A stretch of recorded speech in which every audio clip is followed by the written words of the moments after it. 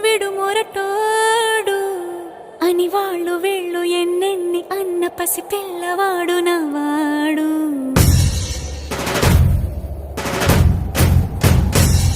విడు ముండోడు అని ఊరు వాడ అనుకున్న గాని మహారాజు నాకు నవాడు.